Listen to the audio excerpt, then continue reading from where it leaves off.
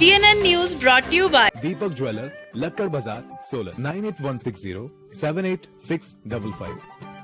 सोलन में taxi union ने अपनी मांगों को लेकर हड़ताल शुरू कर दी है। शहर के सारे टैक्सी ड्राइवर सड़क के किनारे टैक्सी खड़ी कर अपना रोष सरकार को प्रकट कर रहे हैं। वहीं आपको बता दें, जिला भर में 3000 से ज्यादा टैक्सियां खड़ी हुई है।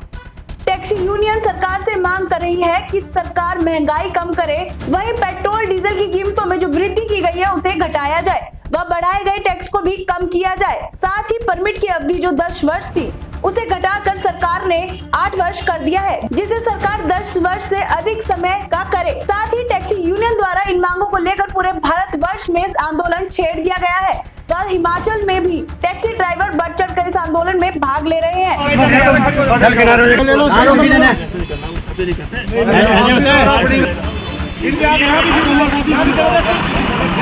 टैक्सी यूनियन सोलन आज का जो हमारा स्ट्राइक का मुद्दा है वो सरकार की गलत नीतियों के खिलाफ है।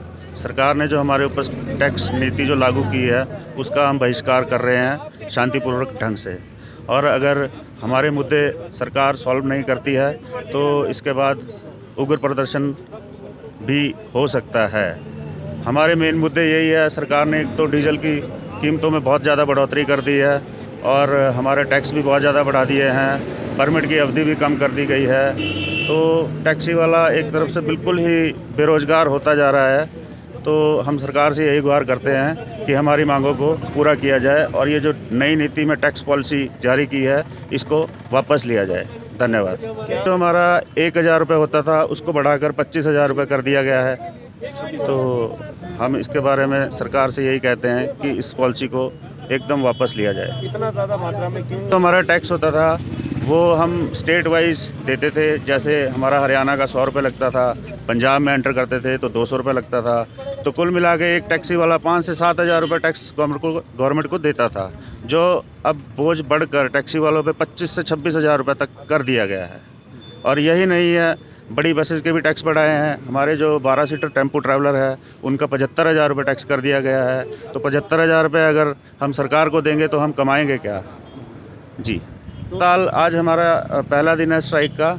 आज हम ऑल इंडिया ट्रेड की स्ट्राइक है और हिमाचल में तो है ही है, तो सभी लोग इसका साथ दे रहे हैं, बढ़ चढ़ कर साथ दे रहे हैं। कितना दिन है, अगर सरकार हमारी सुनवाई नहीं करेगी तो आगे भी ये स्ट्राइक जारी रहेगी जी।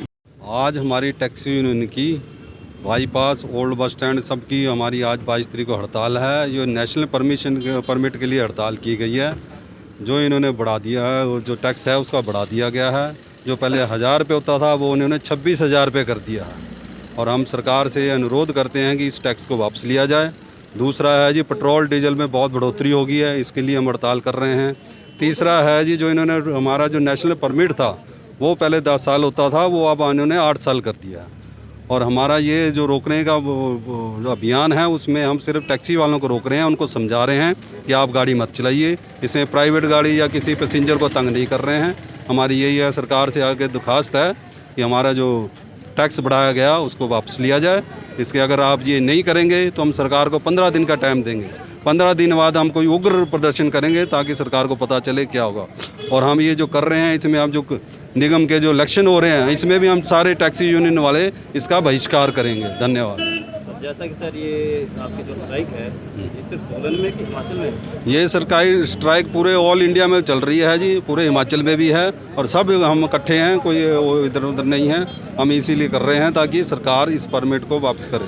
जैसा कि देखने को मिल रहा है कुछ गाड़ियाँ CH है, HR है, DL गाड़ियाँ जो बाहर राज्य से आ रही है, उन्हें रोके क्या उनके साथ?